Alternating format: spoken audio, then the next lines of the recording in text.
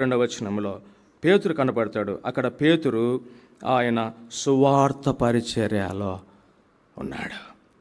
ఈనాడు వ్యక్తి సువార్థికుడిగా ఉండాలని, ఆ కుటుంబం సువార్త ప్రకటించే కుటుంబంగా ఉండాలని, ఆ స్థానిక సంఘం సువార్తలో ముందుండాలని దేవుడు కోరుతూ ఉన్నాడు. ఈ దినాలలో బోధ అందరికీ వచ్చేసింది. ఇంటర్నెట్ ఓపెన్ చేస్తే 5 సంవత్సరాల పిల్లోడు కూడా ధారాళంగా వాక్యాన్ని బోధిస్తూ ఉన్నాడు. బోధ కాదు ప్రాముఖ్యమైనది, రెండే చివరి దినాలు, అంత్య దినాలలో.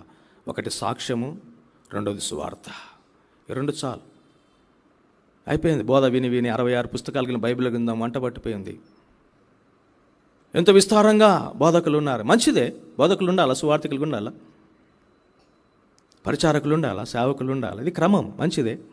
కానీ వ్యక్తిగతంగా సాక్ష్యము కలిగి సువార్త ప్రకటించేవారు అవసరం.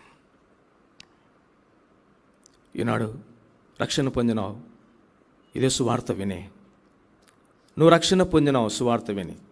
ఇతరుల రక్షణ కొరకే నువ్వు విన్నా సువార్త, నువ్వు అనుభవించిన సువార్త, నువ్వు పొందుకున్న క్రీస్తు ప్రేమను ఇతరులు పంచుతా ఉన్నావా అని సువార్తలో వెనుకడుగు వేస్తా ఉన్నా. ప్రభు స్తోత్రం. మన సహవాసంలో ఏంటింటే సువార్త ఉంది.